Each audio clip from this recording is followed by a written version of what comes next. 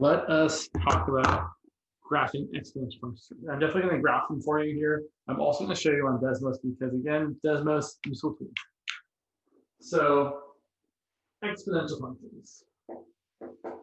Exponential functions. So here is what we think of when we think about an exponential function. So I want to kind of step back for a second. We've graphed a lot of things that are not exponential functions. Like a lot of things we've graphed have been polynomials, like y equals x squared, or x cubed, or x to a power, where the x is variable and the power is constant. And an exponential function is kind of the reverse of that, in that we're going to have a constant base raised to a variable power. Excuse me. So something like y equal to a to the x, where that base a is greater than 0 and also not equal to 1. There's a couple of reasons for this. We want the base to be greater than 0 because, if it was 0, it wouldn't be very interesting. 0 to a power is just 0 if the power is positive. 1 also wouldn't be interesting because 1 to any power is just 1. So the reason we don't include 0 or 1 is because really you'd just be getting a constant function, which is not an exponential function, really. The reason we don't include negative numbers is because negative numbers are problematic. For example, so don't worry so much about this, but I just want to point out that we do not graph anything like y equal to, say, like -4 to the x, because there are problem values. We certainly will graph -4 to the x. Like this one's super cool. The negative just flips it vertically from what it would originally be, because a negative outside function gives you vertical. But this is kind of saying the base is negative. And the reason that's an issue is because -4 to some powers isn't a real number. Like, for example, if x were to equal 1/2, -4 to the 1/2 power, the 1/2 power is the same as the what?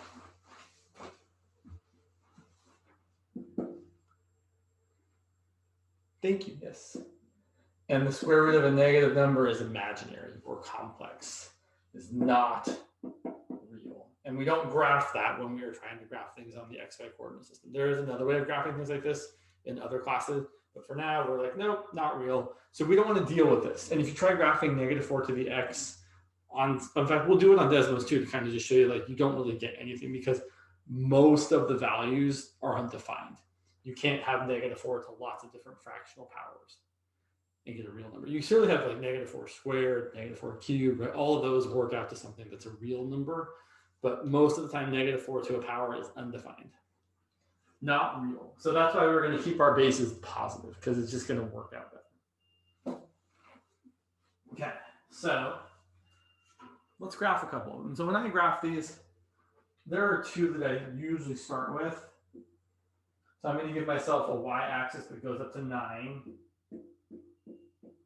He says as he makes it not big enough. 7, 8, 9. Okay, so, okay, good job, James. Right, all right. And x-axis that goes over to 3 into -3. And I'm going to start by graphing y equal to 2 to the x. So I'm going to graph y equal to 2 to the x in red, just like you did in the notes. Yeah, good. All right, cool. And we could plot points, and that's what I'm going to do. So I'm not going to make a whole table and stuff. I don't think we need to make a whole table, although we certainly can. I'm just going to pick some nice values of x, like some integer values of x. So if x is 0, what's 2 to the 0? 1. If x is 1, what's 2 to the 1? 2. And if x is 2, what's 2 squared? 4. If x is 3, what's 2 cubed? It's 8.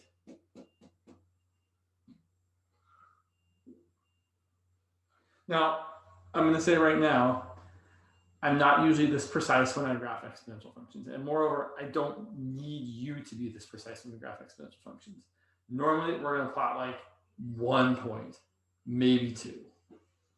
But here I am trying to build it precise. So let's also plot some points to the left. If x is -1, here I am going to actually start making a little bit of a table. if x is -1, then y is going to be 2 to the -1, which is 1/2. So as I go to the left, the y value gets smaller.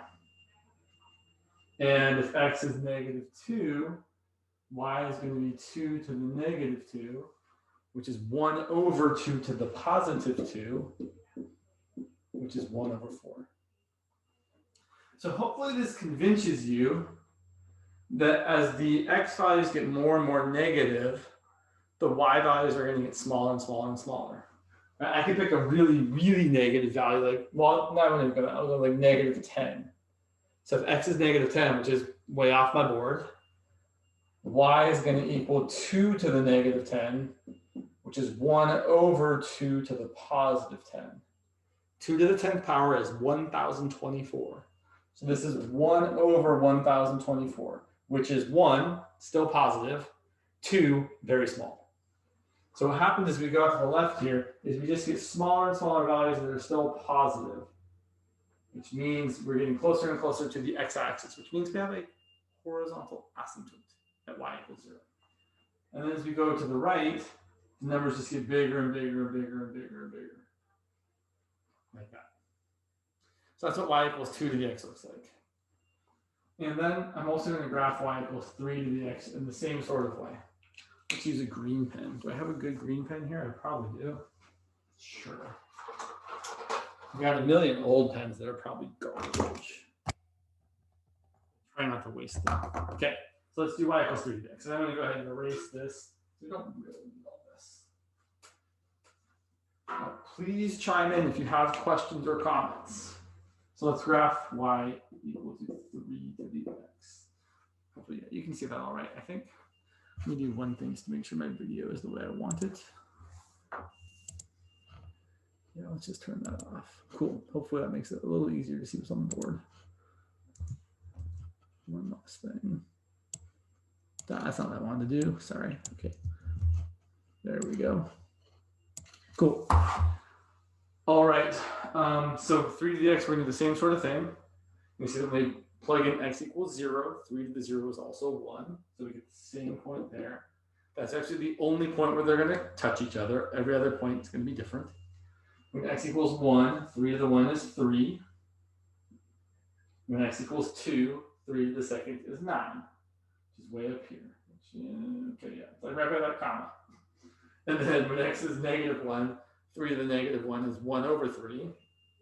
So lower than 1/2. And when x is -2, 3 to the -2 is 1 over 3 squared, which is 1/9, which is definitely smaller than 1/4. And that's what all the points I really want to plot.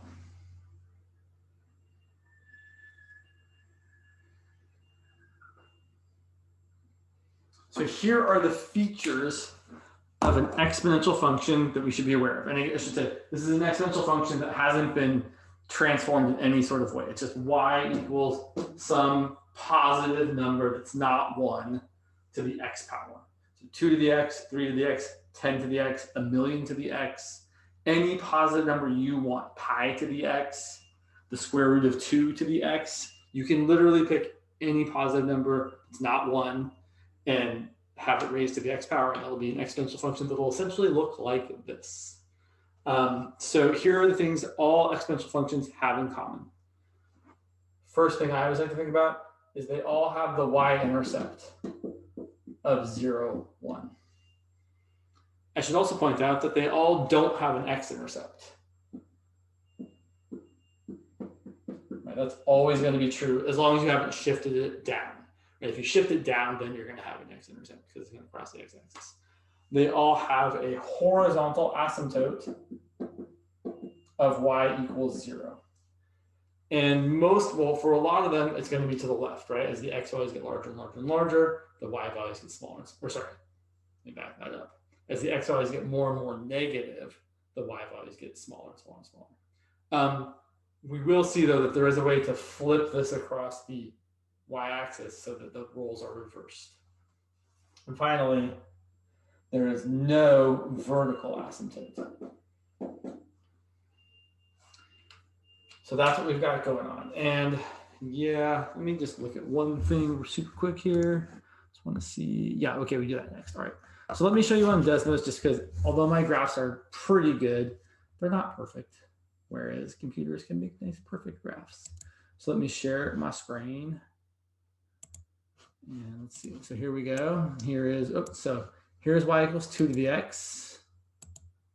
Looks beautiful, right? We've got the point 0, 1, 1, 2, 1, 2, and so on. I wonder if I can do this. Let me try one thing here.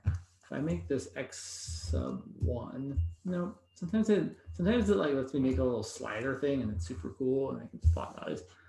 Not today, apparently. So, but yeah, right, we can see this. And if we look at y equal to 3 to the x, it's crossing at 0, 1, right? We get the point 1, 3 instead of the point 1, 2, and so on and so forth. And the thing I kind of think about is for exponential functions, when the base is a larger number, the exponential function is steeper. When the base is a smaller number, the exponential function is less steep. I should really even say a little bit more than that. When the base is a number that's further away from 1, it is steeper. And when the base is a number that's closer to 1, it is less steep. So you can make something like, for example, why am I getting, okay, we can do something like, y equals 10 to the x, and it's even steeper. But you could pick, right? I mean, you could pick any base, and you're going to get, the same kind of looking function, right? You could do 8, you could do, whoops, you need an equal sign. You could do something super gigantic, like 1,000, 10,000, right? And it's just, right, if we zoom in a little bit, because it's kind of hard to say, I wish it was not in black. I wish a different color was popping up here. Let's try and do something else like white. Yeah. Sure, 40. That's, okay, well, now it's in red. But you can see, right, like if you make your base really, really, really big, it's just going to be a steeper and steeper and steeper exponential function. And if we zoom in, it still has the same behavior. It's still, as you move out to the left, very, very small, right? So it's steep, so it gets small fast, it gets big fast as well. And as you move to the right, it's just increasing, increasing, increasing. And if we zoom out, it looks, I mean, it almost looks like a vertical line. It's not, it's moving to the right and up. But that's kind of the idea here, is that no matter what your base is, I will say, as long as it's larger than 1, we'll talk about being between 0 and 1 in a second. As long as your base is larger than 1, you're going to have this kind of shape, where it's getting bigger from left to right.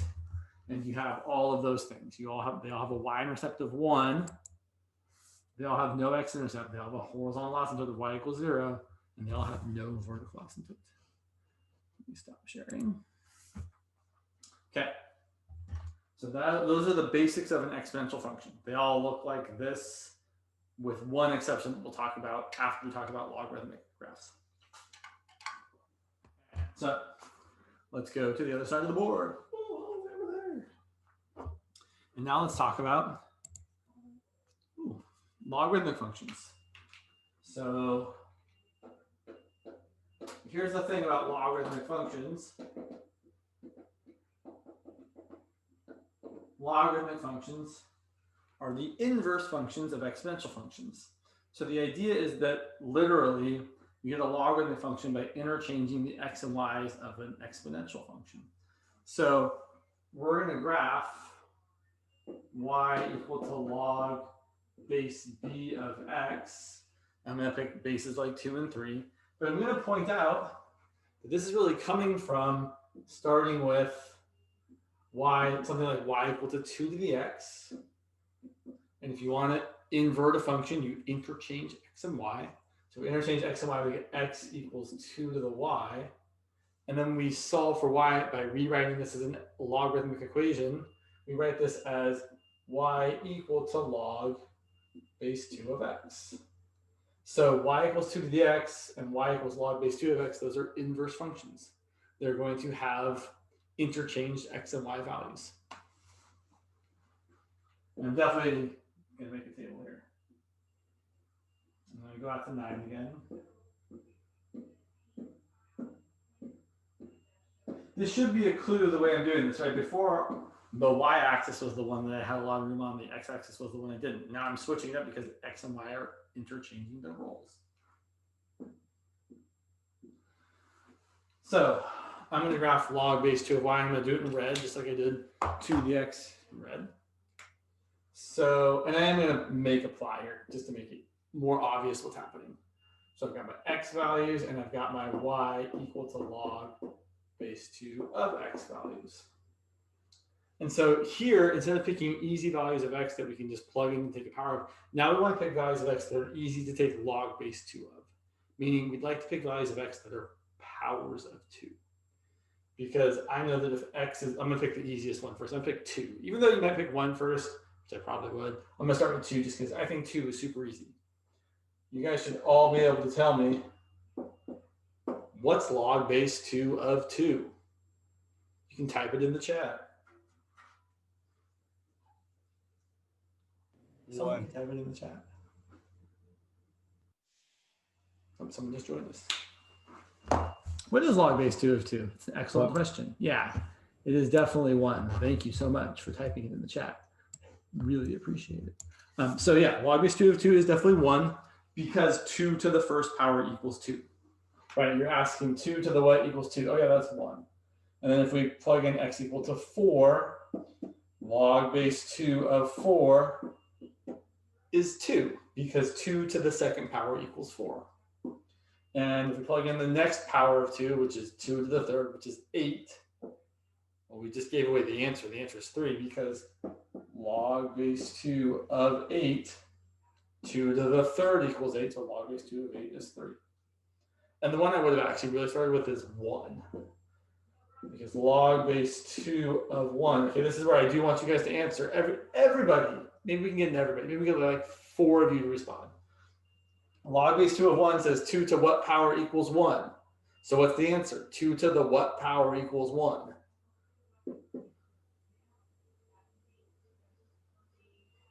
Exactly. 0. Thank you. Got one person. I'll take it. Okay. So we can see that if x is 1, y is 0. If x is 2, y is 1. If x is 4, y is 2. If x is 8, y is 3. Which I will also point out is exactly the reverse points we have here. Right here we have the point 1, 2, and the point 2, 4, and the point 3, 8, and the point 0, 1. And now we're going to have the inverse of those, right? We're going to have the point 1, 0, and 2, 1, and 4, 2, and 8, 3. Because again, and I'm going to say this probably a lot, when you I should say, the inverse function literally interchanges the role of x and y. That is why, and it might seem like you just kind of, when you were finding inverses in your previous math classes, like, well, we switch x and y, we do this thing, we don't really know why. The reason you're switching x and y is because that's what it means to be an inverse function, that x and y have changed places. Their identities have interchanged roles and switched places, like one of those movies where people like become the other person. That's kind of what's happening here. X has become y and y has become x. Okay, and that is probably not a very apt comparison, but you know, it's Halloween times. Okay, so you have the point 1, 0, you have the point 2, 1, you have the point 4, 2, and then you have the point 8, 3. My 4, 2 doesn't look so great there. Move it up. I feel like it's not quite high enough.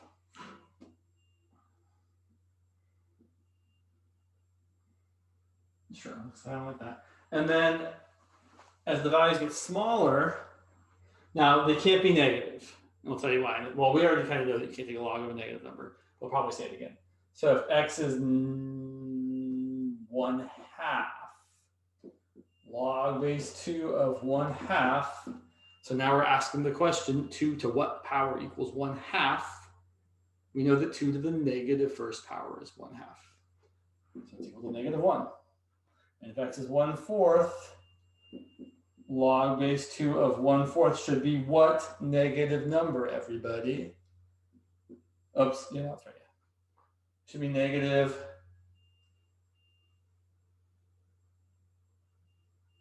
Like, I'm not feeling this guy. Yeah, cool. I got 2 people respond. Banner day. Okay.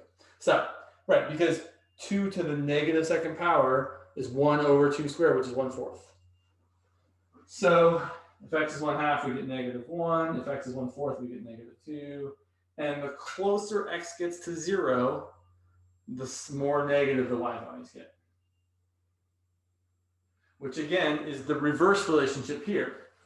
Here, the closer y gets to 0, the more negative the x values get. Or really, we would say it vice versa. We would say the more negative the x values get, the closer the y values get to 0. Here, x and y haven't changed, so the closer the x values get to 0, the more negative the y values get. And I will say over here, the y values can't be negative, which means if you switch x and y, over here, the x values can't be negative. So that's what log base 2 of x looks like.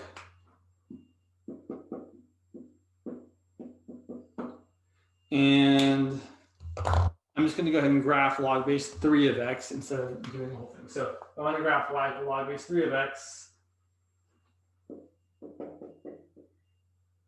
Sure. So I'm going to plug in 3. Log base 3 of 3 is 1 because 3 to the first is 3. So if I plug in 3, I get 1. And then if I plug in 9, I get 2 because log base 3 of 9 says 3 to what power equals 9? Oh yeah, it's like a second power. So that's going to be 3, 6, 9. So log base 3 of 9 is 2. Ugh. Sure, it's right there where I happen to write my other function. Sorry, oh, that's terrible. Okay, yep, right there. And then log base 3 of 1 is still 0, right? Because 3 to the 0th power is 1. We need to point there. So we get this kind of deal. Wow, that is maybe the best I've ever drawn that on the first go. Pretty happy about that, not gonna lie. And then to get -1, well, for log base 2, I plugged in 1/2. Log base 2 of 1/2 is -1 because 2 to the -1 is 1/2. For log base 3, I'm going to plug in x equal to 1/3 because log base 3 of 1/3 is equal to -1 because 3 to the -1 power is 1/3. So I have to go a little further in. I have to go 1/3 and get a point like right there. And then my graph just starts to look like garbage if I try and plug in more points. I'm just going to say it looks like this. Oops. Okay. Sorry, it was looking good. I spoke too soon. I was like, oh, it looks great. And then I tried to graph it more and it looked like trash. Okay, so here's what we have for the logarithmic functions. That is always true. Oh, and I should have said, and I didn't, for y equals log base b of x, we have the same sort of restrictions on the base. The base has to be greater than 0, and the base has to be not equal to 1. I will also point out, and this is more true for logarithmic functions, although it doesn't have to be true. Normally for logarithmic functions, we only really end up using bases that are positive integers, like 2, 3, 4, 5, 6, 7, 8, 9, 10, et cetera, forever and ever. And the base of e, which is approximately 2.7. You can use other bases. You can use bases that are decimals or fractions or smaller than 1 numbers, but it is less common. So here's what I'll say about all these logarithmic functions. So we're going to say all these things, except we're going to switch x and y. So instead of having a y-intercept of 1, we're going to have an x-intercept of 1. Instead of having no x-intercepts, we're going to have no y-intercepts. Instead of having a horizontal asymptote of y equals 0, we're going to have an asymptote that's x equals 0, which is a vertical asymptote. Instead of no vertical asymptote, we're going to have no horizontal. So all the things switch. So let's just write them down here real quick. So we have a x-intercept at 1, 0. There is no y-intercept. We have a vertical asymptote at x equals 0, and we have no horizontal asymptote. And those are the things that we should know about logarithmic functions. The other things I want to say about both of these is the way we've graphed these. Well, first of all, the way we've graphed these, our bases have been larger than 1. Okay, here my bases were 2 and 3. On the other side, my bases are 2 and 3. And what I want to say is that the base is larger than 1. I don't know why I didn't pick the same base here and there. That seems like an oversight. Oh well. Not my original choice, I should point out. So if the base is larger than 1, then the graph is increasing, meaning as you move from left to right, it gets higher and higher and higher. So if a is bigger than 1, then y equals a to the x is increasing. On the other hand, which is what we're about to see next, is that if your base is a number between 0 and 1, like 1/2 or 1/3 or 1/4, then y equal to a to the x is going to be decreasing, meaning it's going to actually flip over and be going down from left to right. And the same thing is true about logarithmic functions.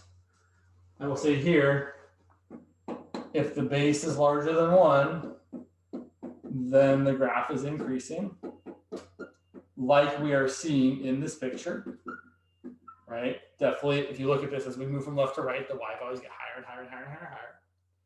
And we probably won't actually see this because it's kind of weird, but if your base was between 0 and 1, like 1/2 or 1/3 or 2/5 or any number 0.999, then the graph would be decreasing. And what happens here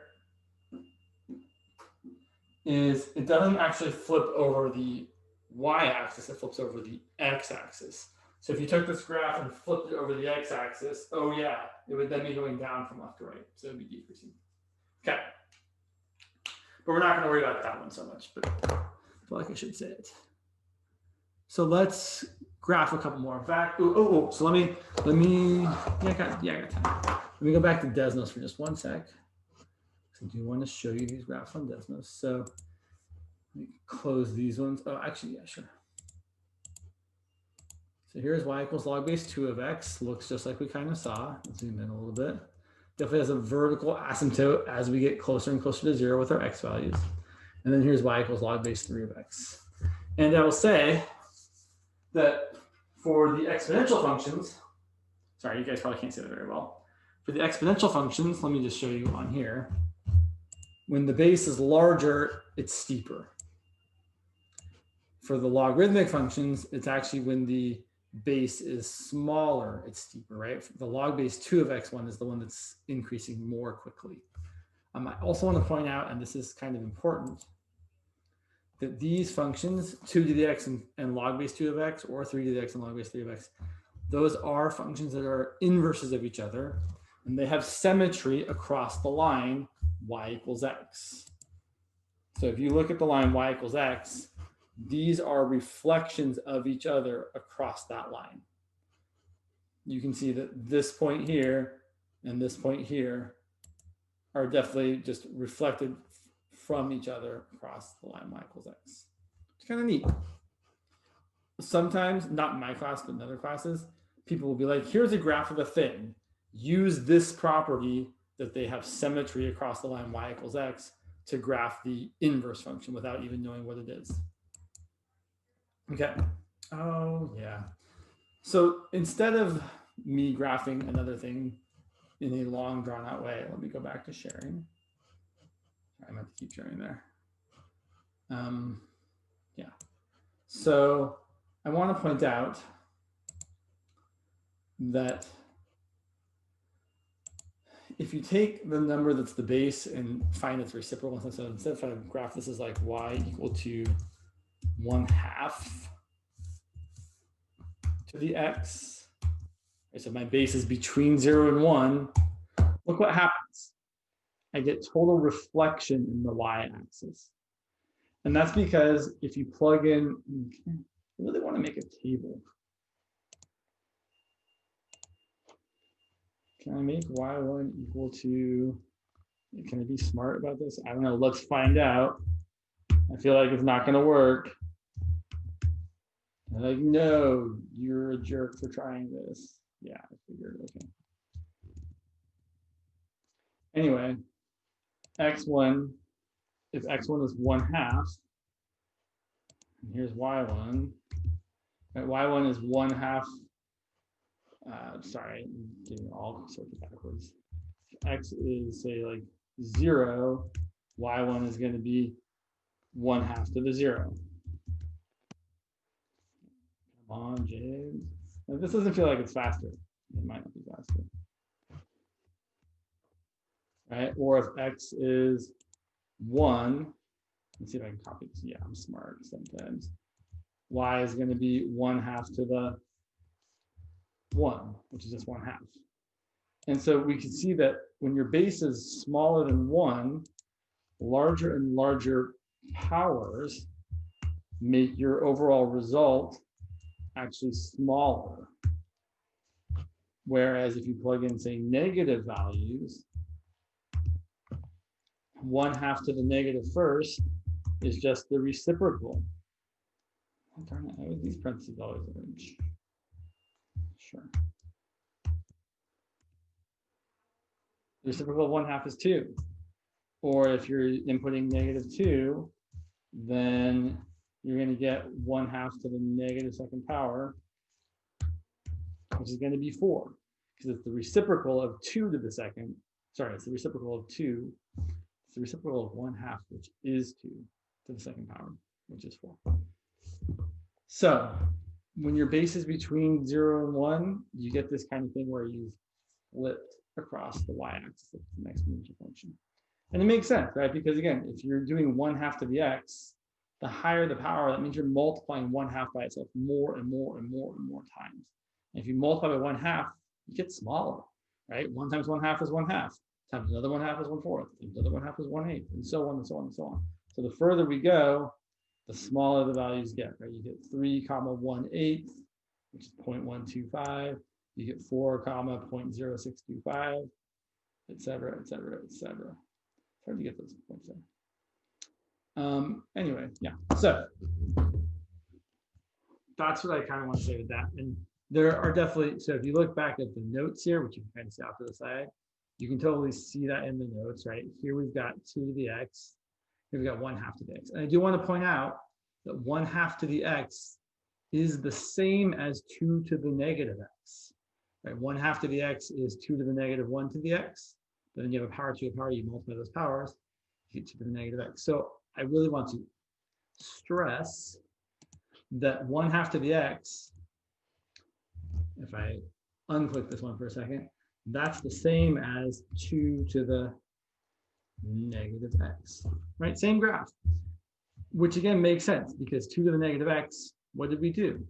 We took 2 to the x, we put a negative inside the function, which gave us a horizontal reflection across the y-axis. That's why we're getting this green graphic. Okay. So those are the basics of exponential and logarithmic functions. When I'm graphing exponential function, I'm really thinking, oh, it's got this shape. So if someone said, hey, James, graph for me the following exponential function, I would say, hey, no problem. So if I was asked to graph, like y equals 6 to the x, here is what I would do, and here's what I would expect you to do. Plot no points. I know it's got the usual shape of going up and to the right. And they're like, okay, well, it's going to look like that. And that point there, I know that point there is 0. I'm also going to draw, and I probably should mention, oh yeah, there's a horizontal asymptote of y equals 0. Done. That's all I want you to do if there isn't any horizontal or vertical shifting. Some people are not comfortable doing this little paragraph. If you really feel like you must graph another point, you can also graph the point when x is 1. So x is 1, y is 6. Now, that definitely doesn't look to scale. I don't care. You shouldn't really care either. I mean, definitely it's nice to do a nice graph on this, as well as some other graphing utility. If I'm just graphing this, I'm not really trying hard to make it scale. So if I was really trying to make it to scale, it would look it'd probably look kind of terrible. But if I was going to scale, I'd have to get the point 1, 6. So I've got to get the point 0, 1 and 1, 6. And it's supposed to still look like it's increasing as I go from left to right. So I've got to kind of like, okay, right? It's possible. It just feels idiotic sometimes. So my personal preference, and I would like to encourage it to be yours, is that you shouldn't try to make your graph look super precise. You should be like, I know an exponential function has this kind of look. In a similar way, if I said graph y equal to, I don't know, 3/4 to the x, or if you prefer, y equal to 0.75 to the x, well, then we'd be like, hey, I know that's a number that's less than 1. It's still bigger than 0. So when I graph that, Instead of going up from left to right, we're going to go down from left to right. We're still going to hit the point 0, 1.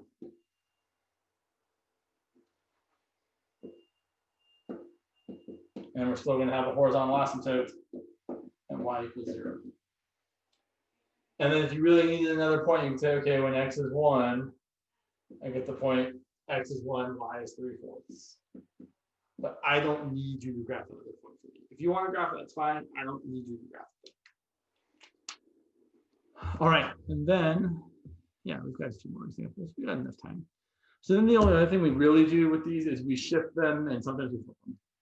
We don't really talk as much about stretching. In fact, stretching and compressing, even though I've absolutely this quiz, the only time we really kind of take that super seriously when it comes to graphing is when we start talking about graphing strict functions like sine and cosine. That's when the stretching and the compressing, either vertically or horizontally, becomes more important to the look of the overall graph. Well, let's look at this next one. So I want to graph the following. I want to graph y equal to 4 to the x plus 1 minus 5. And our usual kind of knowledge about shifting is going to come into play here. So here's what I see. I see a parent graph or a parent function of y equal to 4 to the x. And maybe I'll call it f of x because usually I try and call the parent thing and the graph thing different names, and we call it f of x. And here's what I see. I see that I've added 1 on the inside and I have subtracted 5 on the outside. So I'm seeing that I have an f of x plus 1, right? I'm adding 1 to x and getting 4 to the x plus 1. And then I'm going to add 5, or sorry, subtract 5 on the outside to get 4 to the x plus 1 minus 5. I'm just showing you this because I think you might want to see it. I don't really need you to do that for me. Here's what I do need you to do for me. I need you to know that when I add 1 on the inside, that's going to be a horizontal shift which way? Is it left or right? Right. Sorry, I couldn't quite hear you. Right.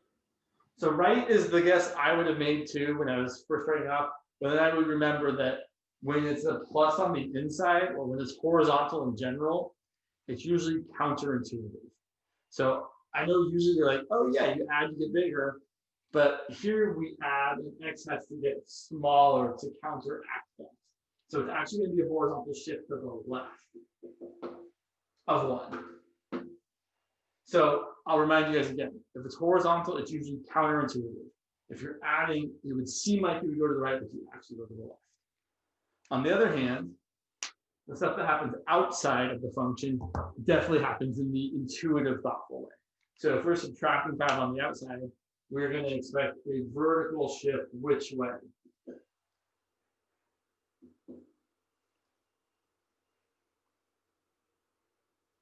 You guys know what the answer is, and you don't want to say it. Down. Yeah, exactly. It's definitely down. So the vertical shift down 5. So here's what I'm going to do when I graph this. I'm going to think about the y-intercept. Right. So here is my graph of 4 to the x with a y-intercept of 0, 1. And I'm going to think about where that y-intercept ends up. So I'm going to go 1 left. So when I go 1 left, now I'm going to have that is going to get the point -1, 1.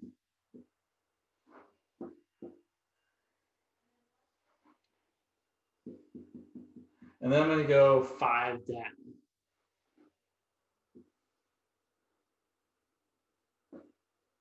So instead of -1, 1, I'm going to subtract 5 from the y value and get -1, -4.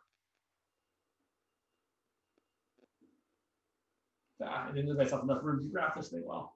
Sorry. So I think I can put you in all right.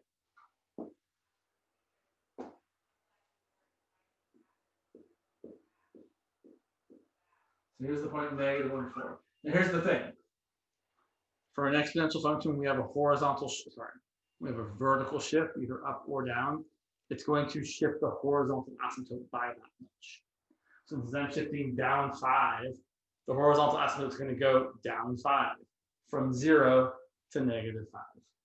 And that's always true. If you have a vertical shift with a horizontal asymptote, your vertical shift is going to move your horizontal asymptote however much the vertical shift is. So this is going to look like this.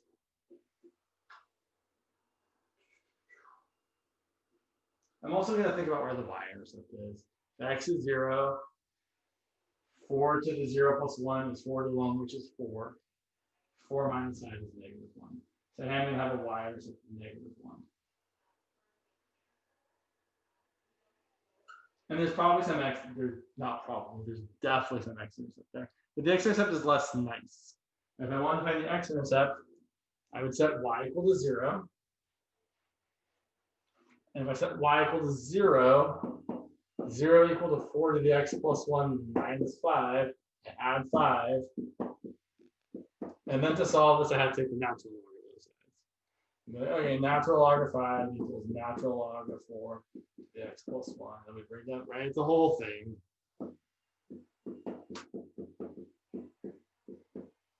And then we can divide by natural log of 4 and then subtract 1. So that x plus 1 equals natural log of 5 over natural log of 4, and then subtract 1. So that's not really what's important here. I do feel like I should say it. Let's go ahead and look at the graph. Just because I think it's nice. I do think it's nice to have these graphing tools. It's like your old graphing calculator, but way better. I'm just sharing my screen if you guys want to see the things I'm trying to show you. So, I mean, we can graph this. Y equal to 4 to the, x plus 1. So, oops, sorry. So, there's 4 to the x. And look how adding 1, I would like to add it in the exponent there. Oh, it really doesn't want to let me do that. I guess I should put parentheses around it. There's 4 to the x, there's 4 to the x plus 1, right? It shifted it 1 to the left. And then if we subtract 5,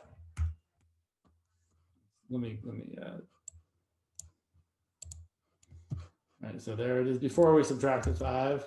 And then if we subtract 5, there it is. And look, here's my horizontal asymptote, y equals -5. And although they look like they touch, they really don't touch, right? If you zoom in, right, if you keep zooming in, you're like, oh yeah, they really don't ever touch.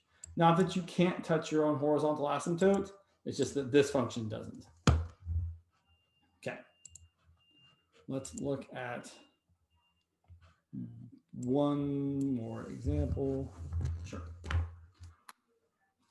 I'm going to skip the next example on there and go to the last one, just because I think the last one's more important. And we are close to out of time. So the last one is y equal to log base 2 of x plus 4 minus 2. So this is going to be your usual logarithmic graph. So here's your parent graph. Y equal to log base 2 of x. I guess I should say f of x equal to log base 2 of x. With an intercept of 1, 0. That's my parent. And then what's the plus 4 going to do? Shift us to the right or to the left?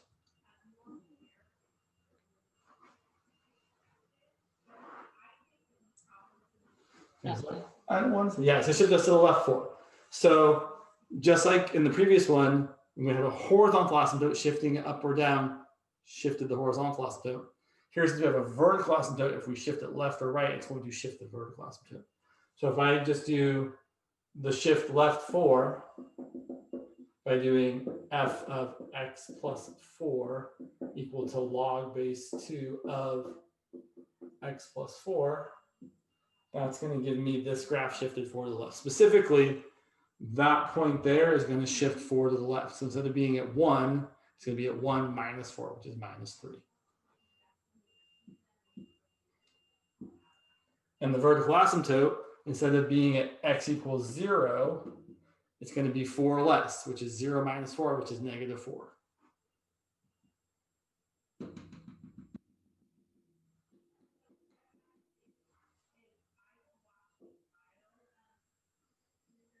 And yeah, there's some y-intercept here that we might talk about in a minute. Lastly, we're going to shift this down to. And I'm going to erase this. I'm kind of done with this. So shift it down to. Shifting it down or up is not going to affect where the vertical asymptote is, right? Moving this vertical line up, it's still the same vertical line. So we still have the same vertical asymptote at x equals negative 4. But now this point that was at negative 3, 0 is going to go down to negative 3, negative 2. And again, it's not super vital that you know where this point lives. I think, oh, excuse me. I think it's kind of a nice, what's the word I'm looking for? It helps me see where things are. So I know that I'm going to go this way.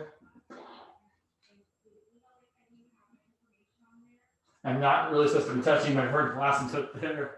Sorry. It's sometimes better to draw the thing first and then draw the vertical asymptote in afterwards. Oh yeah, it's just right there. And then, I might want to think about where my intercepts are because this one actually happens to be very specific. So let's find the y-intercept, which I think is easier than finding the x-intercept. So I'm going to set, for the y-intercept, I'm going to set x equal to 0.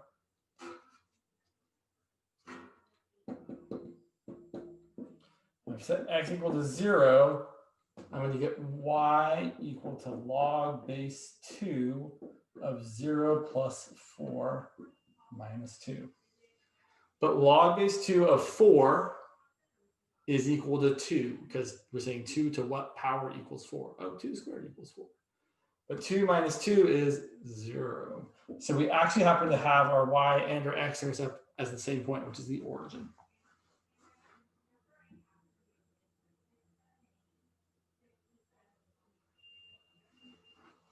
So it looks like that.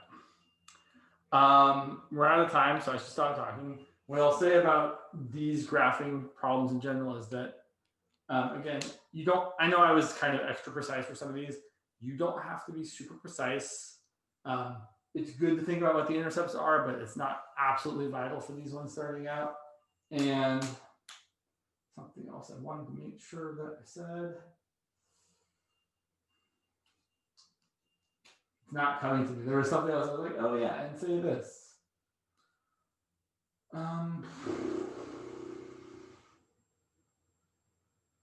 No, I lost it.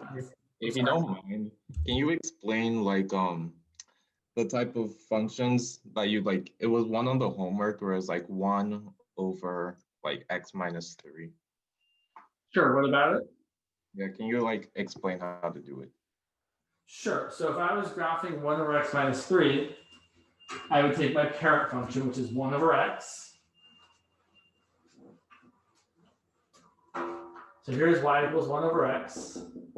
I guess what I would say about the previous ones is just make sure you think about applying the shifts and reflections correctly, is I guess what I'm trying to say, although I know that there was something. Oh, I think I know. If you've got shifts, make sure you shift the asymptotes for these ones, which is also true for this one. So y equals 1 over x looks like this. And it's got the points 1, 1, and negative 1, negative 1. And then you said it was y equals 1 over x plus 3? Yeah, like x minus 3 squared. Wait, is it square or is it not? Is it 1 over x?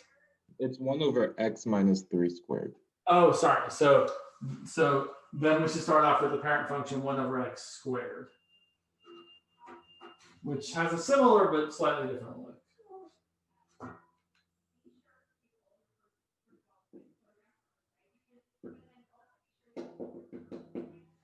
So there's 1 over x, there's the parent function 1 over x squared.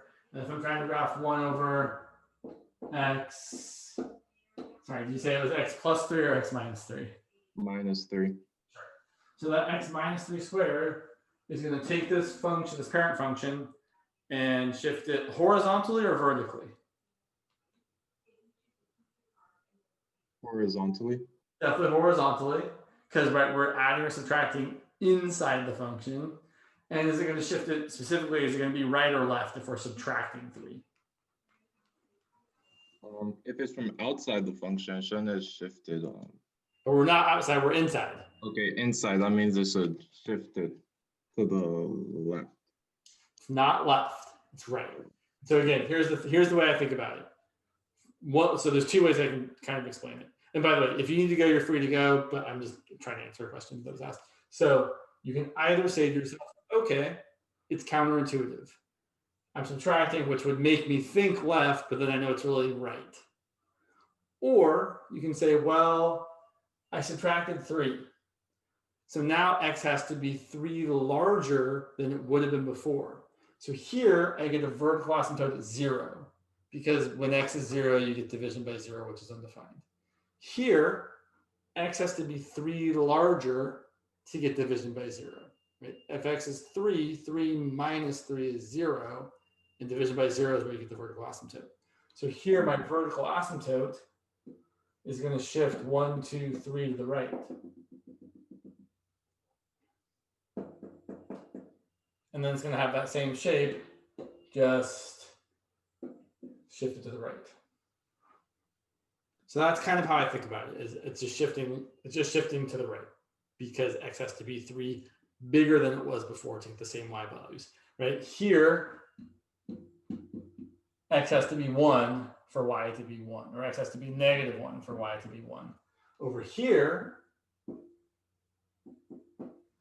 x has to be 4. Right, if x is 4, 4 minus 3 is 1, 1 squared is 1, 1 over 1 is 1. Or x has to be 2. 2 minus 3 is -1, -1 squared is 1, 1 over 1 is 1. So look, the x values have to be 3 bigger than they were before to get the same corresponding y values. So that's how I think about it.